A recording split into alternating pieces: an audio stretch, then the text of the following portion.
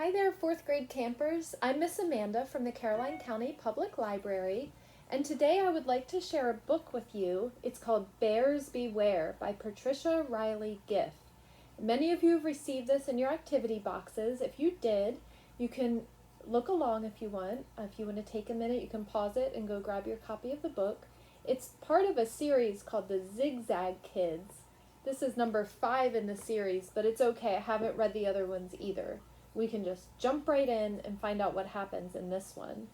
If we look at the cover, we can tell it's about kids going camping. And this story is about Mitchell. And one thing I like about this book is it shows you all the Zigzag Kids in the beginning. There's all the Zigzag Kids. I see Mitchell right there. Looks like he likes to have fun. And I think he's excited to go camping with his classmates, but he might be a little bit nervous, especially about bears. What I would like to do today is just read the first couple of chapters to you and you can see if you like it, and maybe you can finish reading it on your own. So let's see. There's all the Zigzag Kids. We can look at them more closely if you want. And Chapter 1 is called Monday, and there's a flashlight. When you go camping, you always have to be sure to bring a flashlight. Monday. School was over for the day. Woo! It was time for the Zigzag Afternoon Center. Mitchell McCabe darted into the lunchroom. He scooped up a snack from the counter. It was some kind of bread thing. It had green stuff inside. The green stuff crunched against his teeth. Do you think maybe that was lettuce? Maybe. Maybe it was a sandwich with lettuce on it. Mitchell gave his best friend, Habib, a poke. Weird, he whispered. The lunch lady must have heard. I like to give out surprises all the time, she said. Delightful, Gina said. Mitchell and Habib grinned at each other. Delightful was the music teacher's favorite word. Gina was in love with music. Too bad she sang like a coyote. The lunch lady was watching. Mitchell didn't want to hurt her feelings. He jammed the snack into his mouth. Habib was juggling his snack. It left little green chunks on the floor. Mitchell watched him swoop down and juggle them up again. And there's Mitchell, Habib, and the lunch lady. You can see he's juggling the snack. It's probably not what the lunch lady wanted him to do with it. Come down to the auditorium, everyone, Ellie, one of the college helpers, called. There's news, great news. Mitchell crossed his fingers. Maybe they're going to shut down the school, he said. Habib stopped juggling. Really?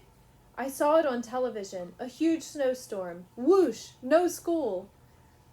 It's not winter, Habib said. Not even close. Mitchell nodded. Still, this was the best time for school to shut down. His birthday was at the end of the week. He would have the whole week to celebrate. They passed the outside door. Mitchell looked around. Mrs. Forelli, the art teacher, would have a fit if he went out. He took a chance. He needed fresh air to get rid of the snack taste. He opened the door. A gust of air blew in. So did popsicle sticks, and old homework paper, and rain. Enough for a bath. And there's Mitchell getting rained on. And there's the old homework paper. Mitchell opened his mouth wide to catch a drop. Ah! Shut the door, Gina screamed behind them. I'll catch the worst cold of my life. My grandma Maroney says I have a weak throat. Habib grabbed his neck. Your throat needs muscles. Take it to the gym. Not funny, Gina said. Listen, Mitchell told her. We're going to hear big news in the auditorium. Who knows? The school might shut down. You could stay in bed all day. Maybe it's a trip to Hawaii, Habib said. You could go away. Mitchell slid across the floor. Look out, waves. Here I come. Snap! That was Mrs. Forelli. She was on her way down the hall. She was a great finger snapper. Someone is using his outside voice inside the afternoon center, she said. It was a good thing Mrs. Forelli was standing straight as a stick. If she looked down, she'd see that homework paper floating in a rain puddle on the floor. Mrs. Forelli turned. She went the other way. Delightful, Habib said. They dashed into the auditorium. Mitchell couldn't wait to hear the news. His big sister, Angel, was in the front row. She was sitting with her friend, Yolanda. Ellie was standing on the stage. Mr. Oakley, the grandfather who helped out, stood next to her. He was wearing his best jacket with zigzag lines. There they all are in the auditorium. And there was Mitchell's teacher, Ms. Katz, with new purple eyeglasses. Mrs. Forelli slid into a seat at the end of Mitchell's row. Her face was serious, and she was looking his way. Mitchell tried to look serious, too. He frowned hard. His eyebrows half covered his eyes. Ellie stepped forward. "Here's our news," she said. Mitchell forgot to look serious. He crossed his fingers and his toes. "No school, please," he said under his breath. "Delightful," Habib said. "Well, if we stopped right there, it would leave you at a cliffhanger, wouldn't it? Because we don't know what the big news is yet. So we'll go ahead and we'll share chapter 2. Still Monday. I wonder what happens in this chapter." Mitchell held his breath. What would he do with his free time? It almost made him dizzy to think about it. He'd write a story. He was pretty good at that. Maybe it would be about a magician with all kinds of powers. What would he call him? Uh-oh, I think Mitchell is daydreaming a little bit. Mitchell squinted up at the ceiling. Harry something. No, someone had written about a Harry. How about Gary? Gary Bopper. Great name. Gary would have a beard and muscles. He'd be brave and strong. All the things Mitchell wasn't. Mitchell snapped his fingers. Perfect. Mrs. Forelli frowned. She leaned forward. He had forgotten. Mrs. Forelli liked to be the only finger snapper in the center. Mitchell looked up at the stage. He put on his listening face. He thought about an adventure for Gary Bopper, fighting a giant grizzly bear. The bear had claws that were sharp as knives. Mitchell shivered. There he is, daydreaming about the grizzly bear. Everyone began to clap. Mitchell sat up straight. Oh, I wonder what they said. "Old enough to leave home now," Ellie was saying. What? Mitchell didn't want to leave home. His mother would miss him.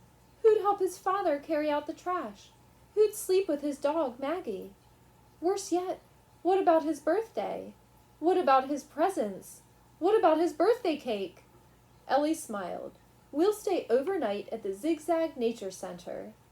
"Ee-haw!" Trevor, a kindergarten kid, yelled. Mitchell leaned over to Habib. He didn't care if Mrs. Forelli saw him. "What about our mothers?" Habib didn't answer. He was still listening. Maybe Habib didn't care about leaving his mother. Mitchell couldn't believe it. Habib's mother made the best chicken. Her cupcakes had gooey icing. Mitchell didn't want Habib to think he was a baby, though. Mitchell's sister, Angel, called him that all the time. "It's great news." Mitchell could hardly get the words out. Who'd want to stay at the nature center? It was probably full of poison ivy. Things might wander around in the woods. Bears, maybe. Coyotes. Snakes and lizards. And there's all the scary animals he's thinking about. I don't think Mitchell's looking forward to this trip very much. "Any questions?" Ellie asked. Hands waved all over the place. "Where will we sleep?" Charlie asked. "In tents," Ellie said. "Ee-haw!" Trevor yelled again. A bear could rip open a tent in 2 minutes, Mitchell thought. And wouldn't it be dark? At home he slept with the hall light on. He wanted to be sure things weren't moving around. Creatures like the ones on the Nature Channel. "We'll see nature up close," Ellie said. "Delightful," Gina said. "You're right." Mr. Oakley stepped forward. He waved his hands around. Mitchell hoped he wouldn't fall off the stage. "We'll learn about unusual plants and animals," Mr. Oakley smiled. "We'll be surprised at all we see." Mitchell tried a cough. It was a "I have to stay home" cough. Mr. Oakley was still talking. "We might even see nature at night." Mitchell's next cough was louder. It sounded like a clap of thunder. He's pretending to be sick so he doesn't have to go. Mrs. Forelli was passing permission slips around. She frowned at him. Mitchell stopped coughing. He put on a Gary Bopper face. "Don't worry about me. I'm only choking" face. Mrs. Forelli looked as if she didn't believe him anyway. Mitchell sat back. He thought about tents in the dark, and paw prints. Bears with teeth as large as their claws. He thought about killer plants that grabbed your ankle. Worst of all, spiders with fangs and feelers. Oh no. Now it's chapter 3. It's Saturday morning. Maybe we should read chapter 3 just to see, because I think in this chapter, if it looks like from the picture, they're leaving for their camping trip. We'll do one more chapter. Chapter 3, Saturday morning. Mitchell and Angel were wearing long-sleeve shirts and pants. "We'll have to watch out for deer ticks," Mr. Oakley had said. They dragged their bags down the street. Their dog, Maggie, raced around them. She thought it was a great adventure. Mitchell didn't think it was so great. He'd hardly slept all night.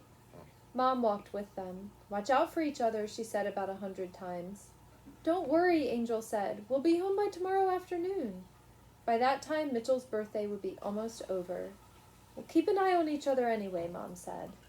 Mitchell looked at Angel. She was older than he was, taller, but her arms and legs were skinny as sticks. Well, at least he gets to go with his big sister, right? "What good would she be against a bear?" He shivered. "Do you feel sick?" Mom asked. Mitchell started to nod. Angel was staring. "Are you going to be a baby?" Mitchell put on a Gary Bopper face. "I'm almost as old as you are." Up ahead was the Zelda A. Zigzag School. Mom gave them both a bunch of kisses. Mitchell kept his head down. He didn't want the whole afternoon center to see. He clumped his bag across the schoolyard. He clumped carefully. His bag was old. The zipper was a little broken. His mother had put red tape all over the outside. "It'll be easy to spot," she'd said. Afternoon center kids were coming from everywhere. Trevor was walking on stilts. "I'm going to keep away from snakes and poison ivy," he yelled. There's Trevor on his stilts. That looks fun, doesn't it? Destiny twirled across the yard. She had green beads in her hair, about 50 of them. Mitchell wondered how she could hold her head up. It must be heavy. Angel's friend Yolanda was right behind them. "Hey guys," she called, "wait up." Angel slowed down. Mitchell sped up away from them. He caught up to Habib. Mr. Oakley stood next to the bus. He wore jeans and combat boots. He still looked like a grandfather. "Hurry, everyone," Mr. Oakley said. "We don't want to miss a moment of fun." "I can't hurry too much," Habib said. "I have a giant bag." Mitchell looked down. Habib's bag was elephant-sized. "What do you have in there?" "A bunch of food. Cupcakes. Chicken," Habib said. "My mother doesn't want me to starve." Lucky, Mitchell thought. Habib leaned over. "My mother put in Bugs Be Gone, too. Nothing will go near it." "Does it work for snakes and bears?" Mitchell asked. "It works for everything," Habib said. "Don't worry, I'll share." Mitchell nodded. Habib was a great friend. Mitchell climbed onto the bus. Too bad his mother didn't know Habib's mother. Mitchell's bag was filled with clothes. All his mother was worried about was clean underwear and dry feet. The bus started up.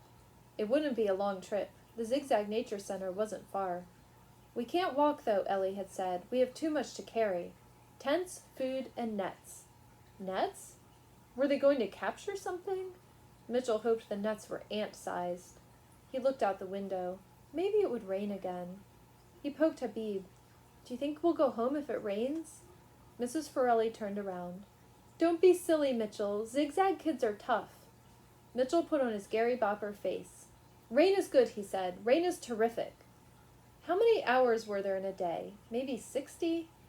Gary Bopper would have his hands on his hips. He'd shout something. What? Maybe, "Bears beware!" That's the title of the book, remember? The bus screeched to a stop. "Everyone off," called the bus driver.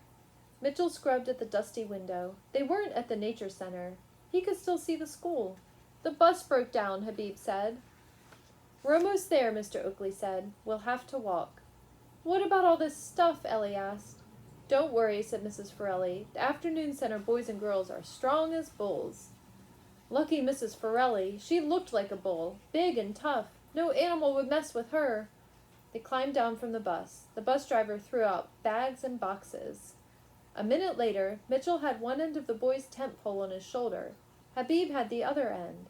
The tent pole was 100 miles long. It must have weighed as much as Mrs. Forelli. Besides, Habib was a little taller than Mitchell. The tent pole slid all over the place. And here's a great picture of everyone walking with all their stuff because the bus broke down. Oh my goodness.